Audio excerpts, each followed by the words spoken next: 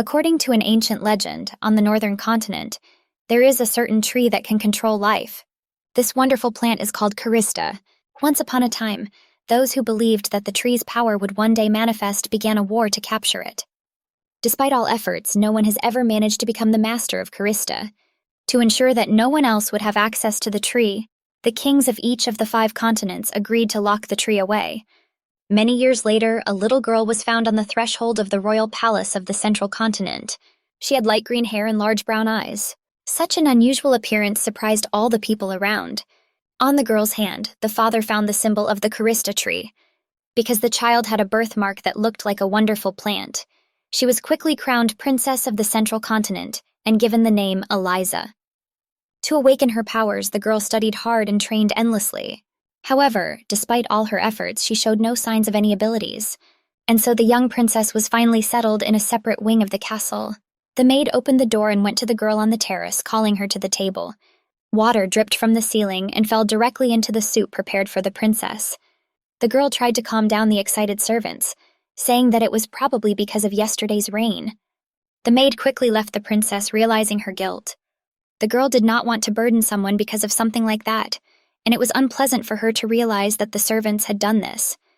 Eliza's father came into the room and this shocked her, because he had never come here before. The girl stood up and bowed, and the stately man noticed that she was still surrounded by wild animals as usual. The father said that he decided to marry the princess to the prince of the north. Eliza was surprised and replied that she was supposed to marry the prince of the east. The king began to shout at the girl that there was nothing good about a prince who could not inherit the throne. The man added that the people of the north are barbarians who practically worship nature. In his opinion, this was a great place for Eliza. The father said that a girl of unknown origin, who does not have a single drop of Kista's abilities, only attracts wild animals to herself. This is real barbarism. The man was disappointed in Eliza, and added that if she wanted to finally repay him for all the kindness he showed to her, then let her marry the prince of the north. The king ordered the girl to pack her things because in a week she was leaving for the northern continent. The princess ran back to the terrace in shock and was met there by her animal friends who did not understand what had happened. The girl fell to her knees and her faithful friends came running to her. The little sparrow sat on Eliza's shoulder, addressing her as our beautiful one. The 4-legged friends began to ask the princess who dared to make her cry. The black and white cat came closer to the girl and asked what happened. Eliza shared that now she will no longer be able to see her pets. The white rabbit became hysterical, while the cat told him to calm down and listen to the rest of the girl's speech. The princess revealed that she was moving to a distant place to get married. The animals said that in this case they would simply follow her. Eliza said that her destination was very cold. She added that there was little food there, so even if her friends went to get her, they probably wouldn't live long. The dog began to say that she would follow her friend in any case, which is why he and the sparrow got into an argument. While the animals continued their discussion, the girl recalled her father's words that only barbarians who worship nature live in the north. Eliza was wondering if her future husband expected any abilities from the princess. Looking at her birthmark, the girl understood that everything that was happening was because of him. Once in her childhood, her father came to Eliza and began asking her about the girl's ability to communicate with animals. The man had a rabbit with him, which he brought to test the strength of the little princess. On her father's orders, the girl began to talk to the animal, asking him if everything was okay. The sad rabbit told her that the king had broken his leg and that he was a vile person. Eliza sympathized with the wounded animal and said that she would ask Dad to heal him.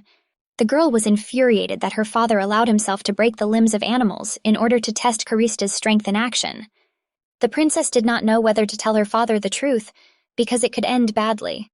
If Eliza admits to the man what exactly the rabbit answered, then the animal will not be the last to become a victim of the ruthless king. After much thought, the girl replied that she understood what this animal was talking about.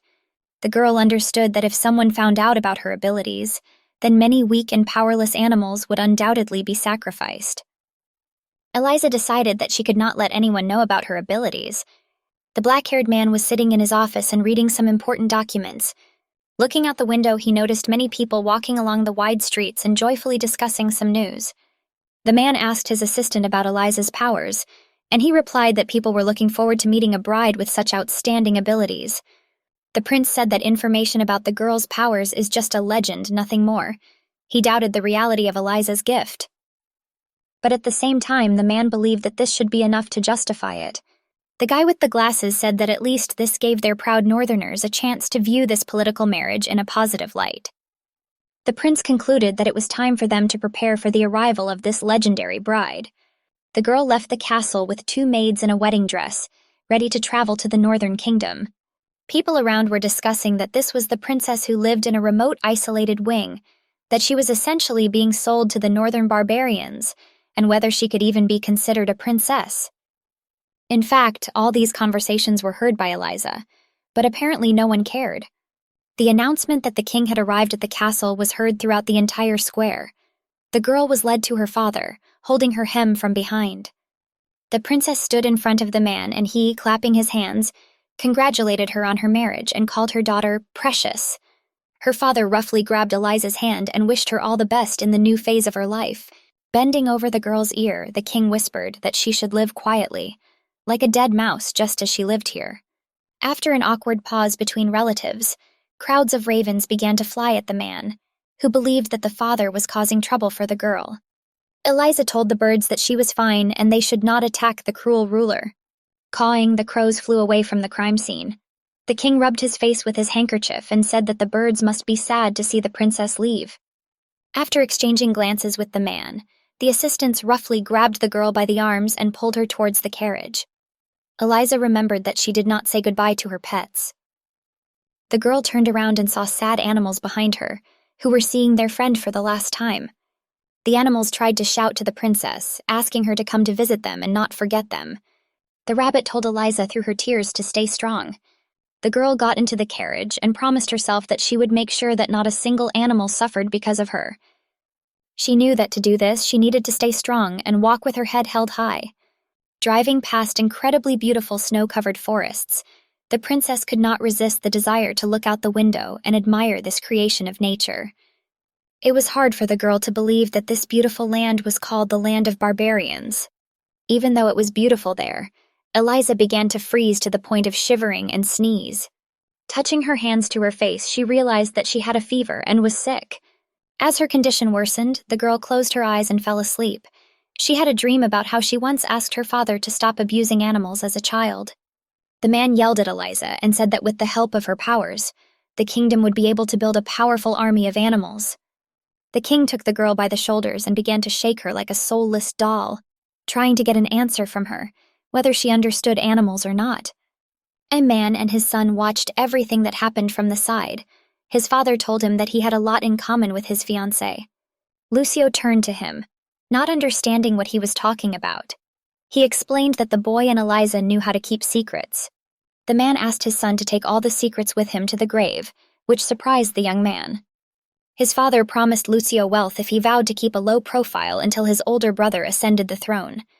The man turned to his son and asked him if he could promise him this. For a moment, the room became quiet.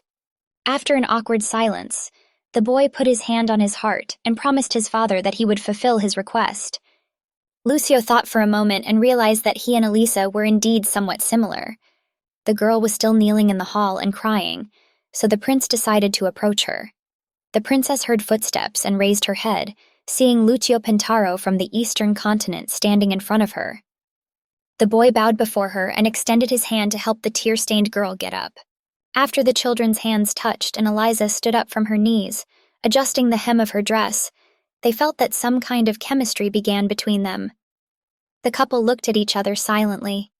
While Eliza slept, the now-grown Lucio sat in his office in the royal palace of the eastern continent. The guy thought about the princess and how innocent her face looked. Someone knocked on his door and the prince decided to enter. A blonde, shy man brought a letter from Princess Eliza. Lucio was delighted at this news, and the guy explained to him that the letter said that the girl was heading to the northern continent to marry the prince there. The blonde man took the folded sheet and began to read the contents. After studying the letter, he realized that since he had failed to ascend to the throne, the king was instead marrying his daughter to the heir to the northern throne. Lucio said that Central Continent's decision was expected. Rising from his chair, the man looked out the window and began to argue that the queen's status was really so important that the king would go so far as to sell poor Eliza to the country of the barbarians. The blonde guy asked what Lucio would do in such a situation. The prince explained that when the time came, he would be there to lend a helping hand to Eliza. After some time, the girl woke up and asked the assistants where they were now. The man opened the doors of the transport and said that they were going to take a break for a while. As soon as the princess stepped on the snow, she immediately felt how cold it was around and asked the red-haired guy if she could wrap herself in something. The girl asked him if he could prepare a warm change of clothes for her, and he replied that the group did not have warm clothes with them. Eliza began to be indignant that this was impossible, because everyone knows how cold it is on the northern continent. The assistant replied that this was the order of the king, who wanted the girl to look beautiful in a wedding dress until she arrived at her destination. The princess recalled the words of her father, to whom only Eliza's usefulness was important, and no one cared that she would freeze to death. The girl was sure that in the north no one would look after her either. Unable to bear it, Eliza shouted and ordered her assistants to bring her all the spare clothes they had. The princess realized that she now takes care of herself. Wrapping herself in a long cloth, the girl felt that her body temperature began to rise. Eliza tried to calm down because she couldn't afford to get sick right now. No matter what, the girl remained strong. The carriage still continued on its way. Someone from the group that greeted the princess said ironically that the princess of the great and noble central continent had finally arrived in the land of the barbarians. The chief turned to them, hearing the words of the fair-haired guy, and said that they needed to get ready to meet Eliza. They just bowed and began to carry out the order. The carriage with the princess arrived at its destination. She tiredly went out into the street and surprised the guys with her thin dress in the cold season, and a small amount of things. The group concluded that at this rate, Eliza would not make it to the palace and would freeze to death. The man with glasses thought that even if the princess was of unknown origin and was being married off for political gain, she would still be treated so poorly by her family. The guy told Eliza that he was pleased to meet her. He bowed and introduced himself as personal translator Izaka. The girl reciprocated the man's feelings and realized that these people were not at all like the barbarians she had been told about. Izaka said that the servants had finished moving things and asked if Eliza would like to take a ride in their carriage. The girl smiled and replied that she would really like this. Going inside the royal transport, the princess sat down and enjoyed its warmth. The translator and the maid brought the girl a warm coat. Eliza asked Izaki why the carriage was so warm, to which he replied that it was made of dense material that did not allow the cold to pass through. The servants asked the princess to drink tea to warm up. Taking the mug in her hands, the girl asked how they managed to prepare such warm tea. The man with glasses said that they had lit a fire and prepared hot water before Eliza arrived. Isaac was surprised that the girl was deeply touched by something simple. He could only imagine how she was treated at home. The man asked the princess to allow them to escort her safely to the palace and let him know if anything was needed. Eliza realized that all this talk about barbarians was nothing more than a bunch of baseless rumors. The girl began to fall asleep, but was immediately awakened by voices that ordered her not to let her guard down.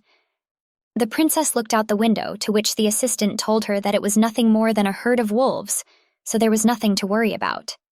The royal guards were already at the ready. Eliza was frightened by the thought that the men were going to fight the wolves. Izaka wanted to say that everything was fine, but before he could finish, the girl ran out of the carriage. The guy only managed to call after her. Then, hearing strange sounds outside the window, the princess realized that the wolves had come running because they thought Eliza was in danger. The girl did not understand what she should do in such a tense situation. She understood that at this rate both the wolves and the guards would be in danger. The problem was that if Eliza interfered, everyone around her would realize that she could communicate with animals. The guards prepared for battle and were already on alert. The girl began to protect the wolves and ran out of the carriage, while Izaka tried to stop her by shouting, but the girl did not listen to his cries. The princess walked out in front of the crowd of defenders with confident steps, which surprised them greatly. They just remained silent and did not understand what was happening. Coming close to a pack of wolves, Eliza asked one of them if he was the leader of the pack. The predator replied that the people who accompany the girl are dangerous, because the smell of blood that comes from them can be smelled a mile away. The wolf said that the princess needed to stay away from them. The green-haired girl asked if the beast knew that he also smelled of blood. This question surprised the animal.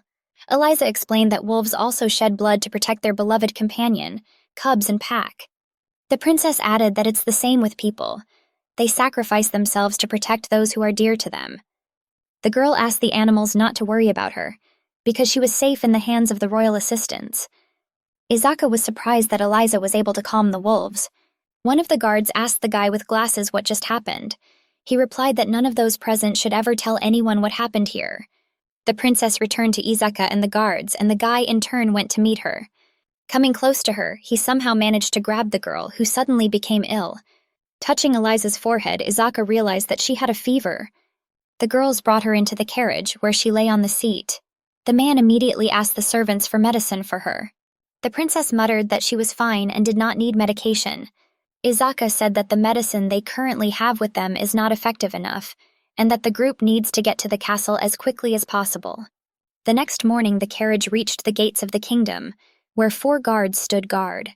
Someone gave a signal that the transport had arrived at its destination. An order was given that the gates needed to be opened. 3 carriages entered the territory. The servants carried the princess inside the palace, and Izaka began to ask for medicine because Eliza had a severe cold. The assistants communicated with each other, saying that the princess was not well and hoped for her improvement. The red-haired servant said that since the girl was sick from the very beginning, it was a bad sign. His interlocutors warned him that someone was standing behind him. There really was someone standing behind the guy, and that someone turned out to be the Northern Emperor himself. He told the servant that he was fired for his words. The ruler took Eliza in his arms and said that it would be better if he himself took care of his bride. Looking at the hot girl with fever, the emperor realized that she was much more fragile than he had expected. Hearing the angry voice, the princess looked at the black-haired man, trying to figure out who he was. Eliza recognized him as one Kel Fiena. The girl made such conclusions for a reason. It even seemed to her that it was all just a dream. It was logical to assume that since she was in the palace of the Northern Kingdom, it meant that she was being held in the arms of none other than Kale Fiena. The ruler realized that Eliza was not feeling well and said that she needed to be put to bed immediately. The emperor brought the girl to his chambers, where she lay under a blanket on a wide bed. Izaka told the man that Eliza seemed to have developed a fever when she left the central continent. The nervous advisor said this state of affairs could push back the planned schedule. The emperor replied that there was nothing wrong with that, and that Izaka needed to help the girl adapt to life here when she recovered. The assistant decided to hold off on reporting what happened to the wolves. After a while, Eliza began to rise from the bed, which attracted Izaki's attention. The guy ran up to her and asked how the girl was feeling. The princess replied that it seemed to her as if she had been sleeping for a long time. The girl asked how much time had passed. Izaka said that Eliza slept for 2 whole days, which could not help but shock her. The boyfriend said that the girl's fever went away faster than expected, and that she snored lightly when the fever subsided. The princess could not believe that she could snore, to which the assistant replied that it was just a joke.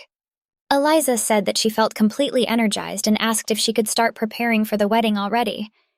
Izaka replied that since there was still a lot of time before the wedding, he could show the girl the castle in which she now lived. Eliza happily agreed.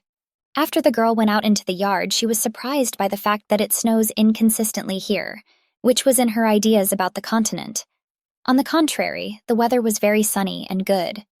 The man explained that snow fell in the kingdom a few days ago, but it quickly melted because it was spring. For the princess, spring and the northern continent were 2 incompatible things. Izaka believed that since it was spring, the animals were most likely released into the wild. This statement caught Eliza's attention. The guy invited the princess to see them, to which she could not but agree.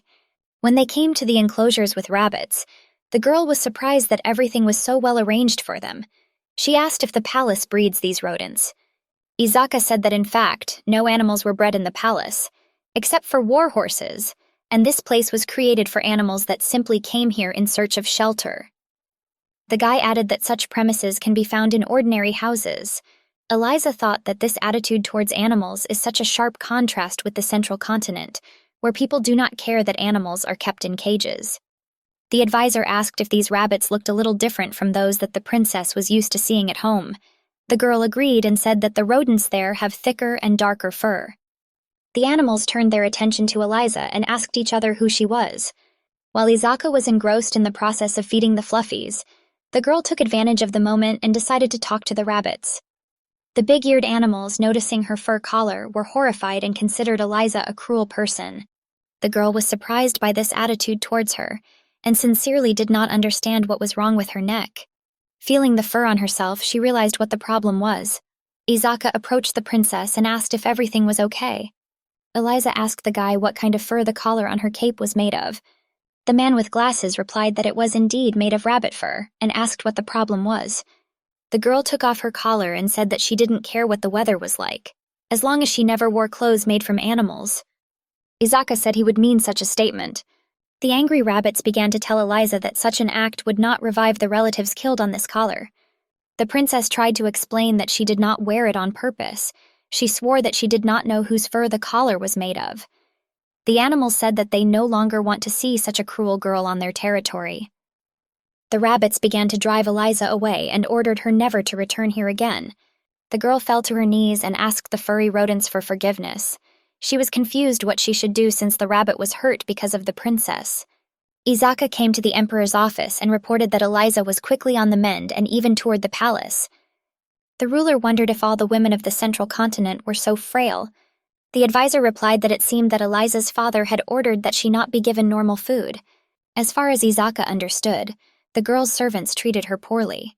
He was outraged that the northerners were also called barbarians, although they were much more humane. The guy with glasses said that he had more news for the emperor. Kale was interested. The advisor said that Eliza most likely has the ability to communicate with animals. The black-haired man asked if this was related to the wolves that the group and the girl met. The emperor suspected that there was something missing from the security chief's report. Izaka admitted that it was he who excluded this fact from the documents.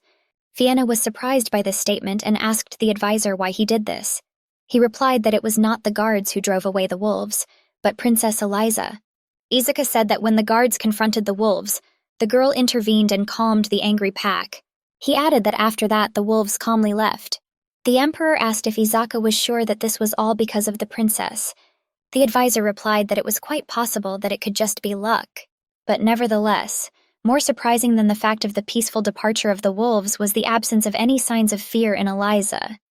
Kale thought that the guy with the glasses was hinting to him that a weak princess like her would appear unarmed in front of a pack of wild wolves. The man realized that such an act was possible only if the girl was firmly convinced that predators would not attack her. Izaka said that according to his observations, Eliza was talking to the rabbits on the farm. The situation there became tense because she came wearing a rabbit fur collar. Fiona thought that the princess must have been uncomfortable. The advisor asked if it was because of the rabbits. The emperor replied that it was because of Winard, who, according to the man, treated her poorly. The ruler suggested that the father may have been trying to awaken Eliza's strength for his plans. Kale said that it is really important if the girl has Karista's abilities. After some time, the princess and her future husband had their first dinner at the same table. Eliza was worried that she had not met him properly due to her fainting spell. The girl was wondering what he thought about her. She didn't know if he was interested in her birthmark or not. Noticing how the princess was eating almost nothing, the emperor asked why she did not like the food. She replied that everything was very tasty. The servants, observing the whole situation, realized that this would drag on for a long time. Eliza began to eat dinner. The man said that he heard that the girl encountered some trouble during a visit to the farm.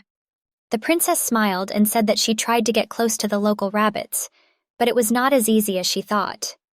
The ruler said that this was understandable, since the girl came there wearing a rabbit fur collar. This statement shocked Eliza. Kale added that undoubtedly this was a blunder, because the royal servants would not have prepared such a scarf if they knew that the girl would be visiting the farm. The emperor ordered the servants to give the princess only cotton clothes from that day on. The assistants just nodded. The ruler hoped that she would be warm enough and asked Eliza if she would mind. The excited princess replied that she would really like that. Fiona said that he was really interested to know how the fragile girl managed to drive away the wolves. Eliza became nervous and tried to find words. The emperor waited patiently for an answer. The girl did not know what to do, because the palace found out about her secret. The man said that the princess was very lucky. Eliza did not understand why he said this. Kale added that he was told that the guards' torches scared off the wolves. The ruler said that he welcomed the girl's courage, but asked her to remember that wolves are dangerous animals. He asked the princess to put her safety first next time. The girl calmed down and agreed with Kale's words. The black-haired man asked Eliza if she had finished eating. The girl answered yes and thanked the emperor for dinner. He just silently wiped himself with a napkin. The princess rose from her chair and looked at her future husband in fear, not understanding whether he knew her secret or not.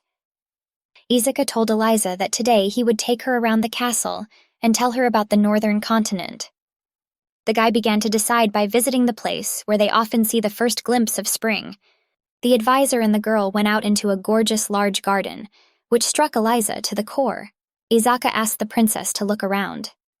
The man with glasses added that he would be back soon. The girl began to study every bush available to her. She said flowers are beautiful on any continent. Looking up at the sky and seeing the key of birds, Eliza added that the same could be said about adorable animals. Suddenly, a dark-haired woman came into the garden. She didn't seem to pay attention to the princess. She, in turn, wondered who this beautiful stranger was. Kings and nobles in the central continent cannot have multiple mistresses, even if they are already married. Such thoughts prompted Eliza to believe that this girl was the emperor's secret mistress. While the girl stood and thought about Fiona's love affairs, the stranger disappeared somewhere. Izuka called the princess. Noticing that Eliza was looking around everywhere, the guy asked if she was looking for something. She told the girl that she just stood there. The advisor did not ask unnecessary questions and asked the princess to see what he found. Izuka handed Eliza a sprig of some kind of plant, which slightly surprised her. The guy added that this was not a simple twig but a kanzak branch. After some time, the girl came to the farm with the rabbits and started talking to them, which they were not happy about, to put it mildly. The rodents asked her how she dared to show her face here again, and said that Eliza was a shameless witch because she came to the rabbits in their fur. The girl handed the treasured twig of kanzak to the animals, to which they ran away and began to sniff it. The princess asked to accept this branch as a sign of apology. She began to promise something, but the rabbit deftly snatched the treat from her and did not let her finish. Fluffy told his relatives that they should not torment Eliza anymore, because she was trying her best to please them. The animals agreed with the rabbit and said that they should not be so angry with those who are trying to do good to them. The princess turned to Izuka and said that she was very glad that kanzaka trees grew here. One of the rabbits sensed some dark energy behind the girl. Eliza turned around, but at that moment the emperor managed to hide behind a brick wall. Izuka called out to the girl and asked what she saw there, to which she replied that it seemed to her. Having seen in person how the princess communicated with animals, Kale realized that this was all the evidence he needed. While in one of the castle's offices, Izuka handed the future empress a stack of books that she needed to study. She was shocked, but the advisor supported her. After lengthy lessons, the guy added that after the ceremony, people would address Eliza as Pear. She repeated after the man with glasses and added that such a word sounded beautiful. The girl asked if there was a reason for using this particular name. Izuka explained that in the northern continent, Pear is a person who bears responsibility and performs duties equal to those of a king. Eliza was a little stressed that she now had responsibilities and duties to the people and the palace. The advisor explained that the Pear of the northern continent jointly shares all the political and military power, which is different from the central continent. Eliza said Pear's title definitely carries a lot of weight and influence. The man with glasses added that there is something even more important. After the ceremony, you must confirm your marriage. After some thought, the girl rose sharply from her seat and asked what it meant to confirm. The advisor said that when the wedding was over, she and the emperor would sleep in the same room and confirm their marriage. Excited, Eliza realized that Izuka was right, because for married people, confirming their marriage is a completely natural thing. The green-haired girl was still worried that Kale really had a secret lover. The princess, upset, walked along the corridor with a stack of books in her hands, but they immediately began to fall one after another to the floor. She bent down to pick up her textbooks, and then a man approached her. She raised her head and saw Emperor Fiona in front of her. The guy scared the hell out of Eliza. Kale sat down next to her and began to help her collect her books. The girl wondered whether he would be smiling now if it were not she who was next to him, but that stranger from the garden. The princess quietly shook her head to clear these thoughts from her mind. She tried to reassure herself that she didn't even know if it was true. Eliza came to her bedroom where the servants were waiting for her. They helped her change clothes and go to bed. The The girl did not understand a single word and decided that she needed to learn the language as quickly as possible. The princess thought that it would be good if she learned this language before coming to the northern continent. Now she will have to study even harder to improve her knowledge. Eliza remembered Izaki's words about Perry. She wondered if she could become one or not. At this time, Lucio, being in his yard, shot at the flying birds with a gun. His servants praised the man and applauded him because he hit the target. Sitting down on a chair to rest, the guy asked the servants if they had investigated what he asked for. One of the men bowed and said that since Princess Eliza had slept for 2 days, all she and Kale had done so far was eat together. Lucio asked his assistants if this meant that the girl and the emperor spent almost no time together. The fair-haired guy replied that this is so, but the northerners consider it a bad sign that the future pair was sick when she entered the palace. The prince laughed loudly, surprising everyone around him. The blonde man said that the concept of a bad omen is a barbaric way of thinking. The servants had no choice but to agree with their emperor. Lucio said that it doesn't look like it will last long because he wants to give Eliza a helping hand.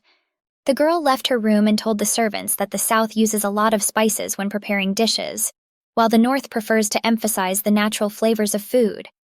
She was surprised by this and did not know that the difference in climate affected food so much. While the princess was sharing her knowledge, Kale approached her from behind. She was afraid of him and wondered why her heart beat so fast when the emperor approaches her.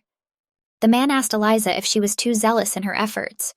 She didn't understand what the guy was talking about, who silently walked into his office. The princess set herself a goal, to learn as much as possible about the northern continent. The couple sat down to eat at the same table again. Kale told the counselor that he felt as if Eliza was only there to study, not to get married. Izaka replied that she had a wonderful teacher who was guiding her. The emperor complained that all the girl did was start eating. The advisor said that this was not surprising because she was so thin. Izaka realized that they didn't seem to take Princess Eliza's food preferences into account.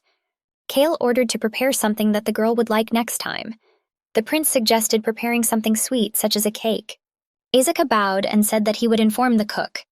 The man asked Eliza how she liked the food. She started eating harder and said that it was very tasty. This behavior surprised the guys. The advisor said that the girl looked like a squirrel. Kale replied that he didn't need to interpret it. The men were talking about something in the language of the northerners, which was incomprehensible to the princess. She felt sad and wondered if she would ever be able to make her future husband smile. After some time, Eliza came to her furry friends at the farm. The rabbit told her not to make such a face while he was eating this tasty twig because it was rude. The girl laughed, which angered the small animal. The princess shared that she used to be afraid of her powers, but now she is glad that she has them because Eliza can communicate with rabbits. The girl began to stroke the head of the animal with a twig, to which he said that this should not be done without asking. This made his relatives laugh. Suddenly, Eliza's attention was attracted by a strange sound. The animal said it was coming from the garden. The girl went there and hid behind one of the trees. There she noticed the black-haired woman Eliza had seen the other day. The princess thought and realized that the stranger looked a little old to be Kale's mistress. The woman approached the emperor sitting on a bench, took the wreath from her head and put it on him. Eliza did not immediately understand who exactly that man was. She was surprised that Fienna, for the first time in their entire acquaintance, smiled at the sight of this dark-haired lady. Sitting again at the same table with her future husband, Eliza simply could not forget that this morning he had looked so joyful with that woman, but now seemed so unhappy with the princess. The servants, as ordered, brought the girl a dozen bouquets and some kind of cake. Izaka explained that they had prepared some desserts from the central continent for her. The princess was surprised and asked that all this was just for her sake. Eliza broke a piece of cake, tasted it, and immediately began to cry. She suddenly stood up and ran. The girl simultaneously asked for forgiveness, holding her mouth with her hand. It turns out that the princess came running to her favorite farm. The rabbits met her and one of them asked if she had brought Kanzak branches. Eliza sobbed as loud as she could, sitting on her knees, and the animals ran up to her and asked what was wrong with her not finding their treats. The white rabbit reassured his relative and said that he would stop talking only about branches. He didn't understand what was so wonderful about them that the animal was ready to let the girl cry because of them. The rabbits replied that it was he who ordered the princess not to come without Kanzak branches. which means that it was the animal's fault that she was crying. Eliza began to reassure her friends, saying that it was not because of the branches. The white rodent asked who did it and who he should teach a lesson to. The princess shared that she cries because she constantly faces the same problem, which really bothers her. The girl added that she meant that being with someone who doesn't love her but is forced to be with her is so difficult. The white rabbit was outraged by the girl's words and wondered how he dare not love her. The rodents think that Kale is in love with someone else. The princess realizes that sobbing will not solve anything, and begins to act quickly, walking along the corridor. She grabs Isaac by the hand, leading him away from Kale to ask the question that worries her about his possible mistress. The princess scared Isaac with her rude tone while trying to find out from him about the woman with long dark hair. It turned out that that same woman is the mother of Prince Kale. The next day, the princess felt depressed and stupid about the situation. Isaac told the girl that he was very sorry that he could not tell her in advance, because that's how the circumstances turned out. The princess asked what circumstances he meant, and Isaac continued his story, saying that Prince Kale was acting as king of the north since the position remained unfilled. Isaac explains to the princess that although Kale's mother Lapin is still here in the palace, she is currently unable to fulfill her duties, and furthermore, she does not have a successor. She was a mother not only to Kale, but to all the northerners. But since that day all her memories have faded, and she does not even remember that Kale is her son. From time to time, Lapin's memories return, but her mother rarely communicates with Kale, since their relationship was already strained. The princess learns from Isaac that she has nothing to worry about because in the north they do not have mistresses, since this is considered unthinkable. The princess wonders what made Kale and his mother stop communicating with each other. After all, they looked at each other like that, and it seemed that there was so much love between them. The princess thought about helping Kale. While Kale was training, the princess brought him a towel apologizing for her behavior at dinner. As soon as she saw him, her heart began to beat unconsciously. The bird sat on the princess's shoulder, saying that Kale was crying during training yesterday, but now he is already quite an adult. In his youth, he did not know how to swing a sword and therefore always fell. Every time this happened, the poor boy cried without making a sound. The bird flew away, warning of danger, and at that moment the princess became very frightened. She clearly heard that the bird was saying that whoever was approaching should be tracked down and killed, and at that moment she and the prince heard a growl.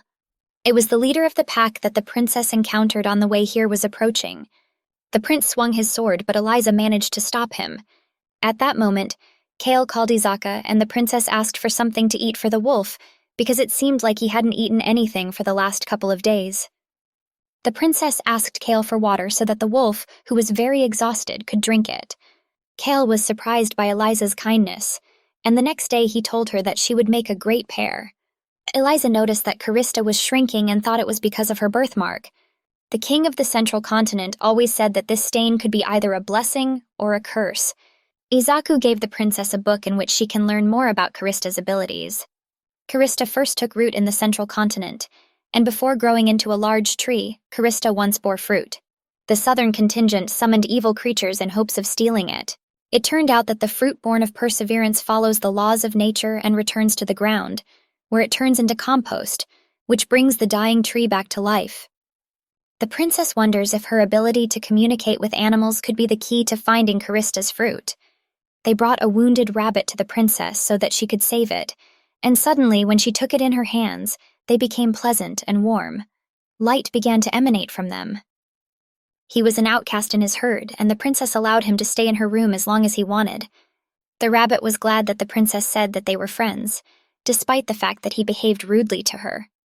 The princess noticed that the rabbit and the Amber Sunset were somewhat similar, so from that moment on, she began to call him Amber. And finally the day came, Princess Eliza's wedding day. And so, the birth of a new pair occurred. Prince Kale and Princess Eliza took an oath to trust and be faithful to each other. At the end of the ceremony, they lit a torch and suddenly it began to rain. But still, the fire flared up and a green light began to emanate from her hands. It seems that her abilities were manifested no matter what. Fiena's contingent will be blessed. The next morning, the maids began to think that something bad had happened during the night, because Eliza was screaming loudly. While Kale was training, the servants standing at a distance from him were whispering that a real northern man would not do anything without the consent of a woman. Kale thinks he became worthless to the northerners overnight. Izaka came to the princess to apologize for Prince Kale's rude behavior last night, but in response, she began to apologize herself for making such a fuss. In fact, Kale wanted to remove the moth, but the princess was afraid and had not yet learned this word in the northern language and hit him. Later, she realized that he really wanted to remove the moth, but it was too late. Kale's lip was broken from the blow.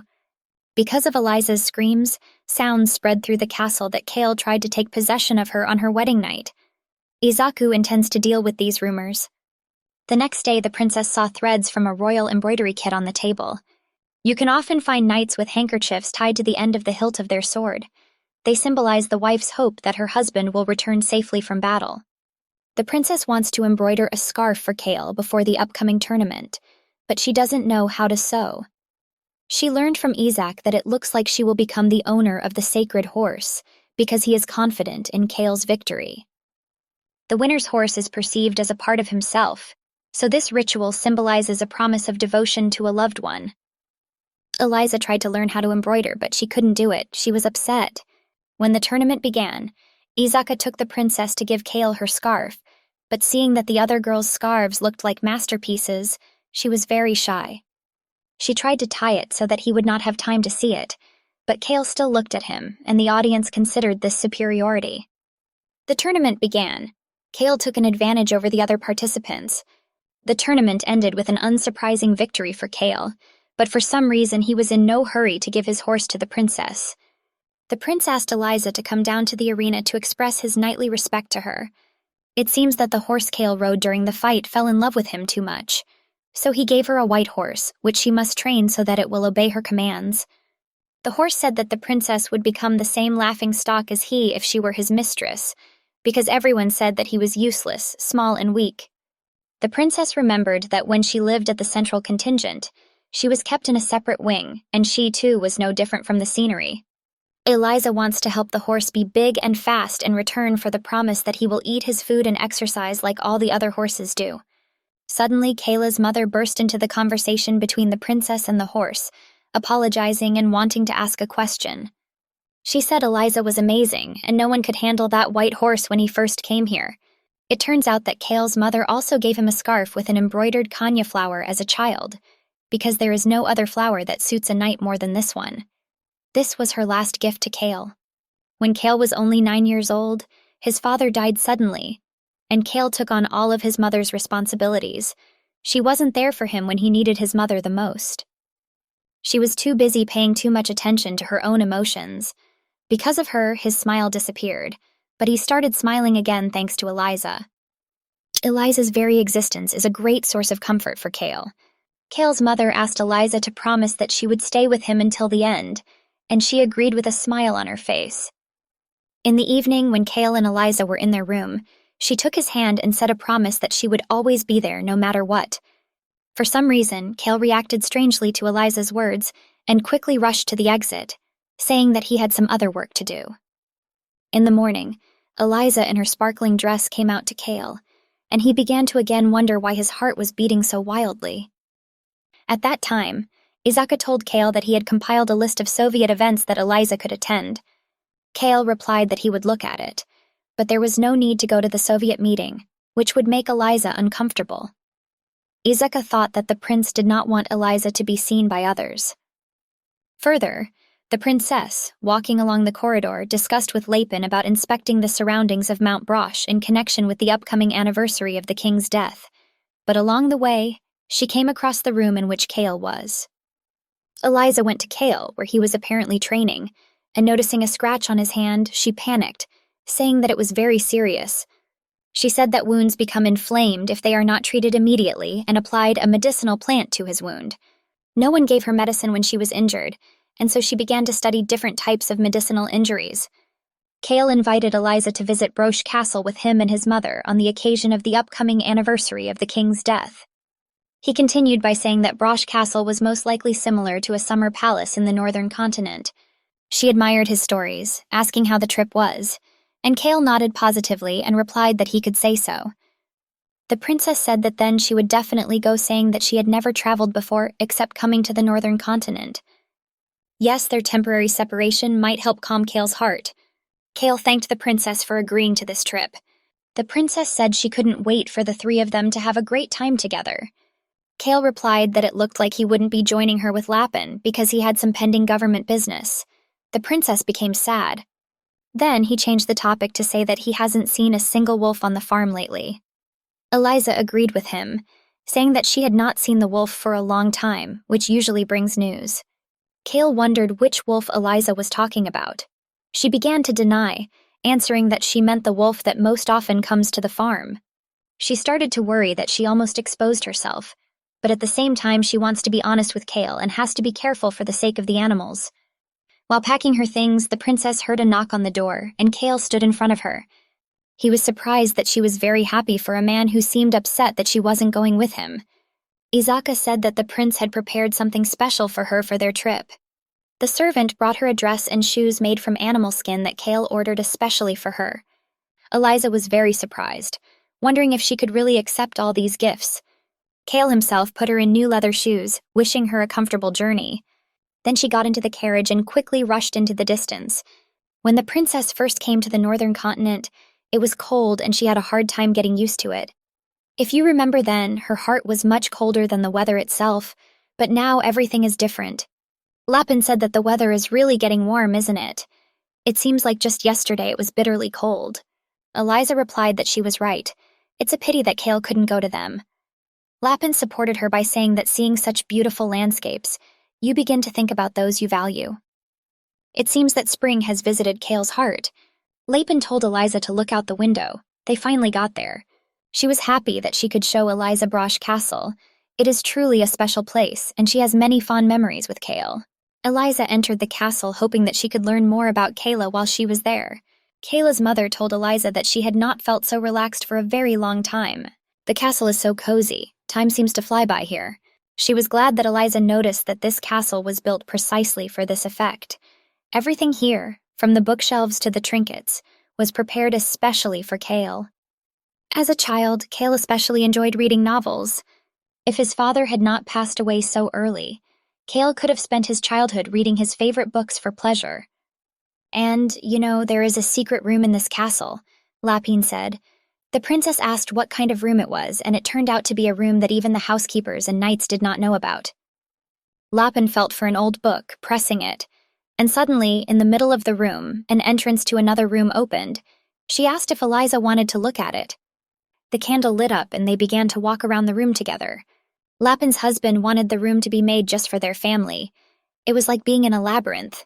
She missed her husband very much. Thanks to him, they have many secrets and memories there that only they know about. Eliza asked if Kale knew about this room. I'm afraid he doesn't remember, since he hasn't been here since childhood, Lapin answered. They entered a secret room that looked like a museum. Eliza saw the picture and looked at it in surprise. This was the former king, and Kale was very similar to him. He was a little meaner in person, Lapin thought. Whenever she missed her husband, she came to Brash Castle to look at his portrait. Like a fool, she would have left Kale just to come there and see this picture. And the more Kale became like his father, the more she felt devastated by his absence. She thought she was crazy, that she had no right to look Kale in the eyes. If Lapin shows Kale this room, she is sure that Kale will be able to understand her and her feelings. This is a beautiful castle that her husband created especially for his family. Eliza is sure that Kale will understand why Lapin missed him so much once she sees all this. She asked not to leave Kale, because this was life for her. Kayla's mother and the princess heard a strange sound. Lapin said it was coming from the forest. The forest was very close to this room. They opened the doors and saw a white wolf and her wolf cub. She said that she knew about Eliza from the leader as a girl with green hair and a kind, sweet face. Even at the moment he is busy guarding the territory. He did not appear at the castle because his wife gave birth to a cub. Thanks to the food that Eliza gave them, she was able to give birth without any problems. The she-wolf said that Lapin could take the cub in her arms. She did this and burst into tears. It was like the first time she held Kale in her arms. The she-wolf smelled a strange burning smell. It turned out to be a fire. Elise asked Lapin to lead the wolves to safety, but Lapin began to worry about Elise. Eliza replied that she had something else to do. She suddenly rushed into the room and Lapin could not stop her. She needed to pick up the painting. Lapin ran away with the wolves, taking them away from the fire. The she-wolf began to howl. Lapin told her that she must return alive. because it is a mother's duty to take care of her child. And then she quickly rushed into the distance, saving Eliza's friends. Eliza opened the door to the room and began to make her way through the fire to the painting. She saw the picture, and when it began to fall, the princess suddenly plunged into her thoughts and began to think about how she wanted to show Kale how much he looked like his father. Eliza wants him to know that he is very loved. She managed to grab the painting, exhaling with relief, but was faced with another problem. If she tries to escape through the castle corridors, she may pass out from the smoke. But the fire in the forest also became too strong for her to escape through. What should she do? Desperate because of this situation, she heard a sharp sound. It was her faithful white horse that found her, broke down the doors, and saved her on the brink of death. The princess mounted her horse and he ran with her through the forest blazing with fire. The princess said that he had grown a lot since she last saw him. The horse answered her that he promised that he would become big and strong. And while they were running from the fire, a very loud sound was heard behind them. It was a fallen tree that almost knocked them over. Eliza was worried about the servants in the castle, Lapin and the wolves. The horse replied that they were all safe and she had nothing to worry about. And hearing a scream behind them, they turned to see a maid asking for help. The horse said that he was too small and could not carry more than one person. But nothing stopped Eliza, because the maid was hurt and began to lose consciousness. The princess got up from her horse and picked up the maid and laid her on top of the white stallion, asking him to take her to a safe place, while at the same time sacrificing herself because of her mercy. The stallion did not wait a second and bowed his head in front of the princess, turned around and galloped off into the distance. Eliza said she would get out of here alive no matter what. She thinks she should show this painting to Kale and Lapine. But due to heavy smoke, she could not stand on her feet and lost consciousness, falling to the floor along with a valuable painting. She began to have terrible hallucinations. She began to say that let her die, but save the innocent, flowers, trees, and animals in this forest.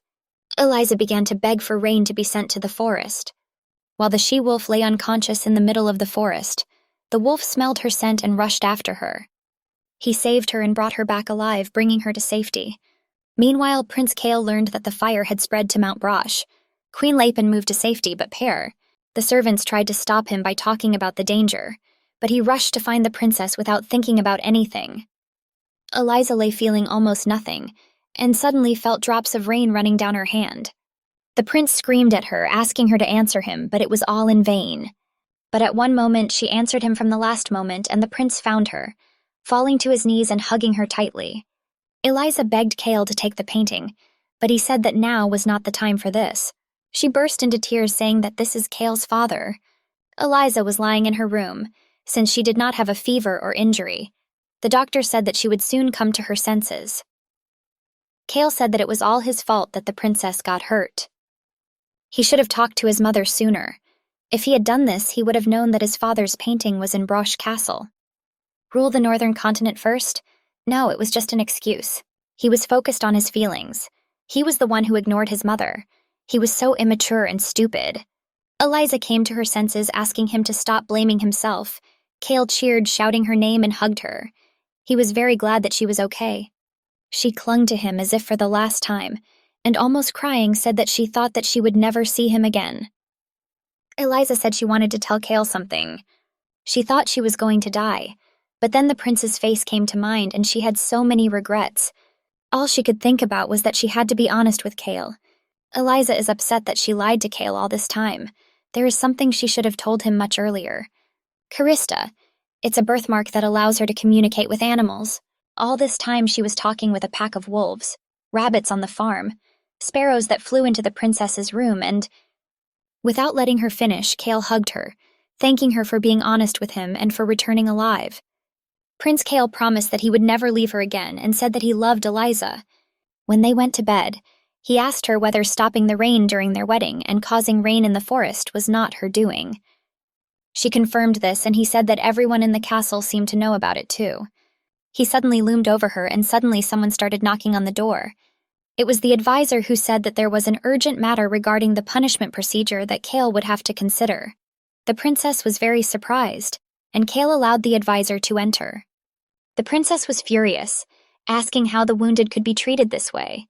Izuka continued, saying that according to their laws, The ultimate punishment for an employee who neglects the safety of Pear or the king's advisor is death. The maid fell to her knees asking forgiveness for her insolence and for endangering Pear's life in order to save her own. Eliza began to ask Kale not to punish her. It was Pear's first choice. She used her will to save a subject of the northern continent. The maid asked Eliza why she saved such a low-born person like her twice. Eliza asked the maid's name. It turned out that her name was Rosanna.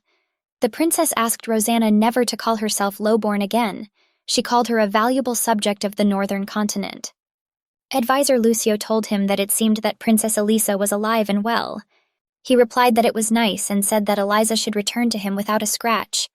But the advisor said that because of the kindness shown by Princess Eliza in saving one of the palace employees, most of the northerners fully recognized her as their pair.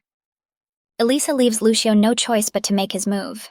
Although the northerners are barbarians, he has heard that they give out gifts generously. If so, it would be entirely reasonable for them to send some kind of gift, a kind of peace agreement. However, there seemed to be not the slightest hint of their precious crystal. Nowhere in the central continent. Just think, maybe this brat Eliza is not coping with her duties in the north? It seems that the northern continent is unaware of the central continent's politeness and manners. Meanwhile, the servants rushed to the leader, who was wounded. He received many burns and wounds while saving his girlfriend and offspring. They think that everything is not as bad as it seems, and hope that he will get better soon. As Eliza said, the leader of the pack is simply amazing. He may seem rude, but he is the responsible head of his family and pack. While the princess was lost in her thoughts, Kale sneaked up on her unnoticed. She thought that he was busy putting out the fire. Yes, but he said that he could find time to see his wife. Lapin came out to them holding small animals in her arms, and Eliza thanked her for taking care of them. She said she really enjoyed taking care of them. Lapin was sorry that the leader of the pack was hurt, but she was glad that the others remained safe and sound. Kale bowed his head to thank Lapin for returning unharmed. Kale's mother is sure that the leader of the pack will recover much faster if he sees his cubs and asked Kale to take one wolf cub to him. Kale picked up the cub, and at that moment the wolf stood up and walked over, snatching his child. Lapin was delighted that the prince made the wounded wolf stand up. He smiled, saying that she would have many more chances to see many in the future. Kale hopes that Lapin will stay by his side so that he can show her what he has become. Kale received a letter from Eliza's father. He is worried about his daughter and wants to see her as soon as possible. He seems to be using his concern for Princess Eliza as an excuse to come and get everything he needs. Kale decides to throw a luxurious banquet. Eliza's father and father-in-law, after all. It would only be right for Kale to treat him with the utmost respect. When Eliza's father traveled to the central continent, he was surprised that people from the central continent were certainly trying to look luxurious, a little pompous in his opinion. It's hard to believe that Pear grew up among them, because she is certainly different from them. Eliza was trembling with excitement, but Kale calmed her down, and so they greeted her father. He quietly said to himself that he didn't understand how such a brat could become Pear. Without betraying his hypocrisy, he loudly said that Eliza was his dear daughter. He talked about how she dressed up to meet her father, but at the same time he thought that she was only playing the role of Pear and the damned brat didn't know her place. Izaka introduced himself and said that he would be his translator for the duration of his stay here. But Eliza's father said that he took a personal translator with him, and Izak told Prince Kale that it seemed that the translator from the central continent would communicate with them instead of him. Eliza was confused by how her father refused such a kind offer. It seemed like he was up to something. He said that Eliza has not changed at all, and he sees that she still attracts these terrible creatures here too. Princess Eliza asked how he liked her room, but he just grinned and said that he didn't believe she was really asking him that, really pretending to be a lady for a barbarian like him. He started talking about why there wasn't a single crystal shard in this castle. Isn't the northern continent teeming with them? The princess thought about it, angry at her father and realizing that it seemed like he was only here because of the crystals. She replied that collecting crystals is prohibited. In the north, they are very concerned about preserving nature. He just grinned, saying that they were thick-headed Neanderthals. To think that northerners would rather just admire something so valuable from afar, when these gems could easily bring in huge profits. Eliza volunteered to say something so that her father would remember that she is Persevera, and she would be grateful if he respected her continent. He was indignant, saying that she called him father, and what kind of words were these about her continent? She said that it was true that she had the same power as the king, so she asked that their customs be respected. Eliza's hotel began to laugh when he heard about the customs and told her that she was not saying this seriously. He did not remember ever teaching such a stupid person like her customs. He continued to taunt her, telling her to look at herself for pretending to be Pear so clumsily. She told him that she really was Pear and was not pretending, but he could not stand it, and swinging his arms, shouted at her why the princess was so petty and shameless. But his advisor interrupted him and said that the feast was ready. A grin appeared on his face, and he said that most likely it was nothing more than food for cattle. The princess was furious, wondering how someone could be so disgusting. Princess Eliza's father sarcastically said that he couldn't wait to see how big the feast would be with everyone making such a fuss. His advisor took these words seriously and rushed to the kitchen, saying that His Majesty was looking forward to trying the cuisine of the North. It seems they came there with the intention of mocking the northern continent. Princess Eliza's father replied that he simply had no expectations from the North, that's all. Eliza was furious and asked if she could remind them that the people they bully are the ones she loves. She can't sit still while her father continues this. He wondered what a brat like her could do. As Pere, she ordered them to immediately stop distorting their words. "This is monstrously inappropriate for a royal translator," she said. But at that moment, he simply silently bowed his head. His Majesty appears to be sharing a long-awaited friendly conversation with his daughter. Her father continued the discussion by saying that she really thought that his translator would listen to the orders of the insignificant pair from the north. Eliza felt sorry for Prince Kale that he was subjected to such ridicule because of her. Eliza's father was served a snack. He replied that, as befits a country of barbarians, this slop for cattle was served at the feast. Kale could not restrain himself and began to object, raising his tone and saying whether her father recognized this food that Eliza ate every day while she lived in a wing of his palace. He asked if he had just admitted that he fed Eliza food that was no different from slop. Eliza's father slammed the table furiously, saying how dare Kale insult him. Kale asked him if he knew who Père Severa was. The appearance of Père means the arrival of spring. The motto of the royal family of the north is for our spring. Thus they risk their lives fighting for this spring. The princess's father thought that Eliza was a victim of the barbarians, but in fact she is a very respected person here. Prince Kale stood up from the table and walked slowly towards Eliza's father. He asked for forgiveness and said that this situation may seem a little harsh to him, but this only shows how strong their will is to protect their spring. No matter who we are forced to go against, he would never kill the ruler of the continent. Kale came closer, uttering words about whether King Wynard wanted to turn his back on the northern continent. He answered fearfully that of course not, and that they seemed to have a misunderstanding. In his mind he asked himself again, what are these Neanderthals up to? And then he said that he had acted a little recklessly. Kale said that I'm afraid he is not the person to whom the king should speak these words, told him to know that he gave King Wynard a chance. The guards grabbed the royal interpreter, and Kale told him that he was sure that they were well aware that disrespect for the royal family leads to dire consequences. The translator begged for mercy. Eliza said that it would be better if the king went home as soon as it got dark.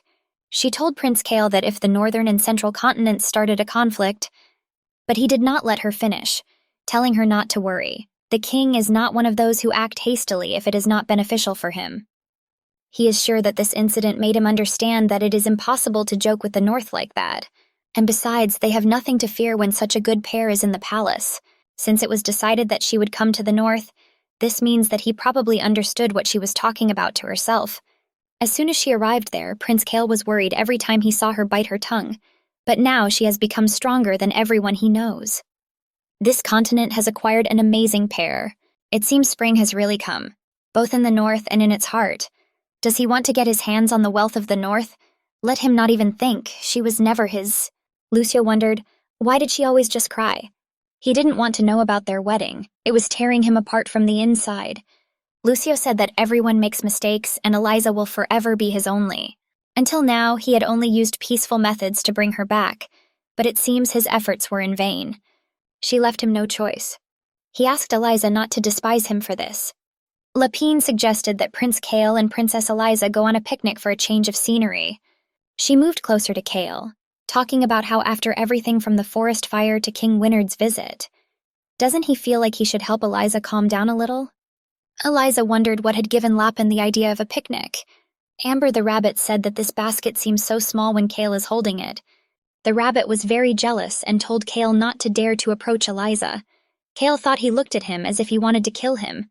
The place where they stayed looked wonderful. It seemed to Eliza that Kale was used to picnics, especially since he refused the help of servants in preparation, but in reality he was not. Amber sat on Princess Eliza's lap and said that Kale would not be able to do anything while he was here. He believed that the prince was a depraved scoundrel. But Kale showed him a branch of Kanzak, and the rabbit, unable to restrain himself, jumped off the princess's dress. Kale told Princess Eliza that they had been through so much in such a short period of time. Eliza agreed. They really didn't have time to appreciate the scenery of the northern continent. Prince Kale is sure that it was difficult for her to adapt to the new environment. But Eliza began to deny it. I'm afraid that people in the north are not very good at expressing their thoughts due to their personality traits, but Izaka and Kaylee are sure that everyone is glad that she became pair. Eliza asked if it was true that things would only get better, and Kale replied that he would definitely take care of it. The rabbit began to grumble and say that it was time to go back. The sun is setting. Amber said that he would not allow Kale to be alone with Eliza so late. Eliza stood up and almost fell, stumbling, but Prince Kale managed to grab her, their gazes crossed. He asked if the princess was okay. She answered positively, and the prince helped her up. Eliza said that her heart beats very fast next to Kale. She doesn't mind. She said that it was impossible to say exactly when she began to experience such feelings, but this is not important now. The important thing is that she likes him now. Kale, barely hearing her words, asked her what she was talking about, and the princess said that she liked the view here. The prince replied that they should come to that place from time to time. Eliza felt very stupid from the outside. She wanted to say something to Kale, and he replied that she was always the center of her attention. Eliza said that she was not as strong as he thought, and he asked what she meant. She continued by saying that she was a coward, and had always been the type to run away from problems because it was easier that way. But seeing how confidently the Northerners faced challenges made her realize how foolish it was to run away. She said she wouldn't run away anymore and then followed that up with saying she liked Kale. He hugged her tightly, saying that he also really liked Eliza, and taking his breath away, he unexpectedly kissed her. Meanwhile, employees wondered if these were delicacies from the central region. It seems they brought more than 100 kilograms of Kanzak branches. They don't think Pear will be happy with such extravagant offerings. Since Pear appeared, their land has only prospered, but that's not much. Kale said that's not what Pear wants. The counselor responded by saying that the locals just wanted to express their gratitude to her. Kale orders that such a gift be sent back, and then asked about the current situation with Kista. The advisor told him that everything looked a little strange, and Kale was confused and asked why that was. The territory of the northern continent near Kista looks great, but on the eastern continent the trees near Kista are drying up.